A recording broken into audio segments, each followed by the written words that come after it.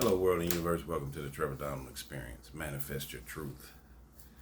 And I want to talk a little bit about the past congressional hearings that took place with three female major Ivy League institutional presidents and how that whole saga played out with the young lady that was the president of University of Pennsylvania that ended up resigning after the hearings, Miss Liz McGill, who, in her backstory, has a BA in history from Yale University in 1988, and she has a law degree from the University of Virginia in 1995. This is Liz McGill, who was the president of the University of Pennsylvania, where in the media you saw that Congresswoman Elise Stefanik out of New York really lambasted all three of the presidents. You had a president, Claudine Gay from Harvard University, and he also had a president, Sally Kornbluth from MIT, that went in front of the congressional hearings for the anti-Semitic language and protests that are taking place on these three major university think tanking institutions. And Congressman Stefanik really went in on them and asked very, very difficult questions, and asked all three of them whether anti-Semitic language or jargon was considered abusive and detrimental to the fellow students at these institutions. And all three of them gave what you would consider a legal language law kind of response, saying that they have the right to free speech, and until that speech turns into a physical or actionary measure against Jewish descent individuals, that rhetoric was not completely offensive or would be commuted to students being kicked out of those three schools, Harvard, MIT, and the University of Pennsylvania. And that sent Congressman Stefanik in an uproar.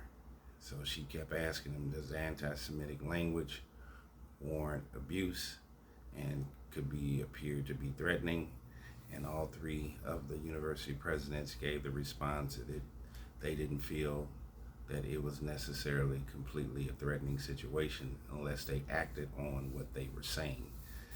And I wanted to do a video about this because what you find in these congressional hearings is almost like a play. Whether they're Senate hearings, congressional hearings, and individuals have to speak upon particular issues, they never give an answer.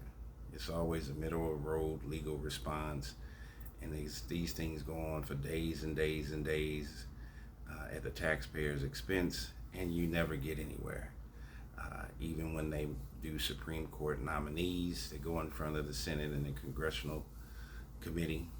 It's the same middle of the road response. When you have the State of the Nation speeches, you really don't get any substance out of it at all. It's these middle of the road, it's these dictated applauses that take place. And I am tired of this placating with politicians where it's just this rodeo show of antics and you never get anything out of it. And so even the black female president of Harvard, Claudine Gay, who her background story is a BA from Stanford University in economics and a PhD from Harvard in political science. Very bright lady, just like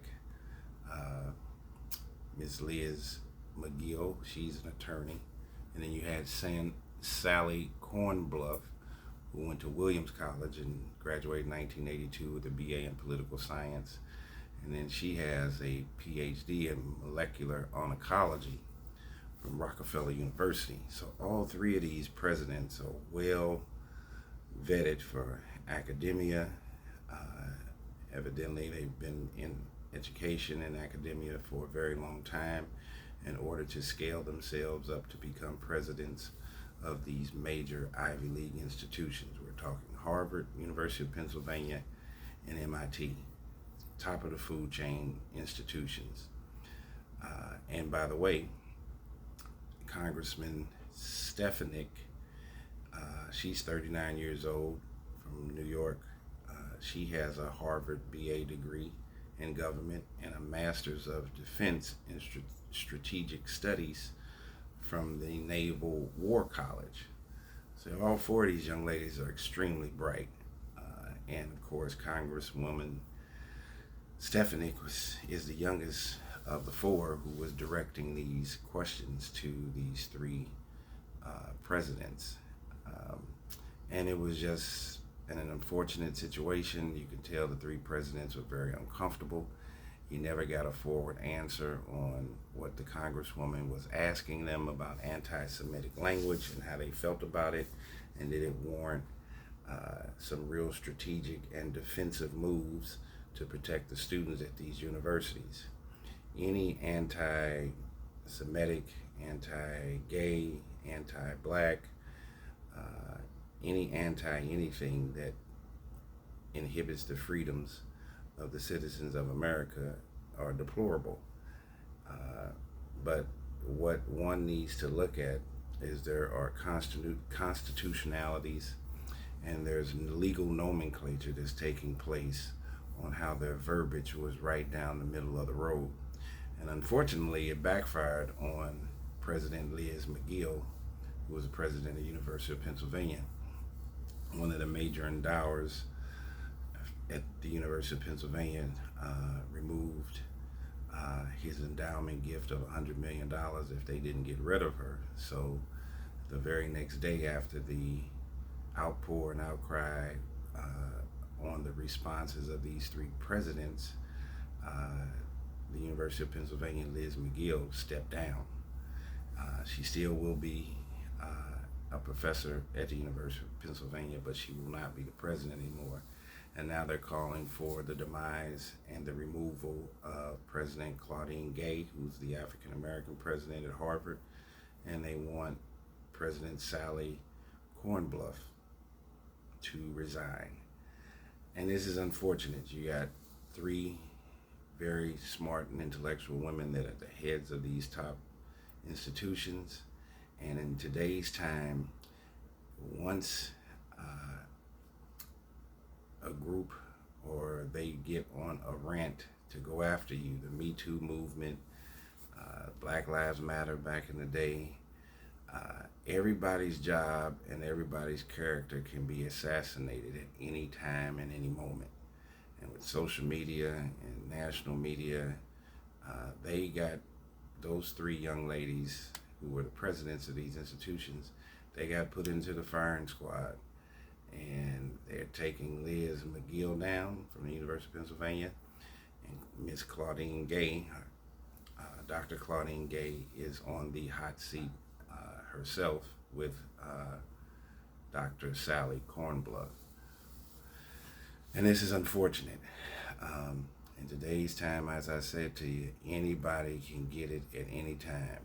And to have these four women, these three women, go in front of this congressional hearing, and then specifically the Congresswoman Elise Stefanik to really go at them, showed that there was no race, gender, creed about this. I don't know if Congresswoman Stefanik is Jewish, but she took very, very strong personal offense to the answers and the responses that these three female presidents gave, and it was not enough. So the day of character assassination and being on the forefront of media, especially in times of this Israeli-Palestinian war that's taking place in the Middle East, people are teetering and walking a very fine line on what their responses can be. As you know, if you make any anti-Semitic remarks on YouTube, you will get demonetized. You have to be very careful with your language. Any anti-COVID stuff, you have to be very careful of with your language. So you do have a right to free speech, but you don't have a right to complete free speech. And these university presidents are seeing this. What many people don't know with these universities, even though they're supposed to be think tanks, the cost of college, going to college or going to professional school has gotten so exorbitant that I don't think that they're intellectual think tanks anymore. I think they're financing institutions. It's about the money. It's not about what's inside your brain. To go to Harvard undergrad and graduate from there, you owe $300,000. Stanford, $300,000. MIT, $300,000. It's $60,000 or $70,000 a year to go to these schools with room and board and everything else. So I think the agenda and the mission that what these institutions are supposed to historically be about is not what they're about. If you're not propheticizing and pontificating about the philosophy and the propaganda machine that these institutions want you to speak about and follow as a professor, as a president, you will be out of there. So there is no complete free speech. There may be partial free speech, but there's not complete free speech.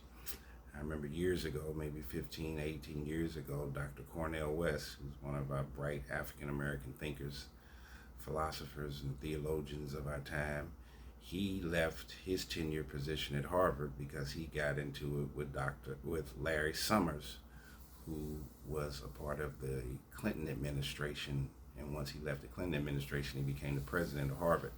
They fell out several years ago about Dr.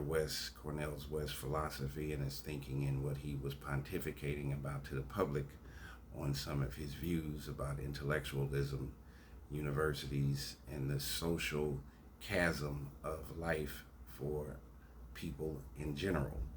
And Dr. Larry Summers didn't like it, and they had a private meeting, and he left a tenured position at Harvard, which is one of the most prestigious positions you can have. These professors and presidents are making $1 million a year, and to give that up based on philosophies and how they deeply feel about political and social, economic, and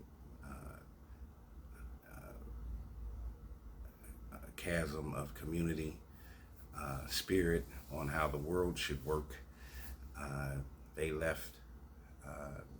Many professors have been fired and have left even tenured positions. So this thing, you have to really, really look through and filter out what's real from what's not real with this scenario that took place with these three presidents at Harvard, MIT, and University of Pennsylvania.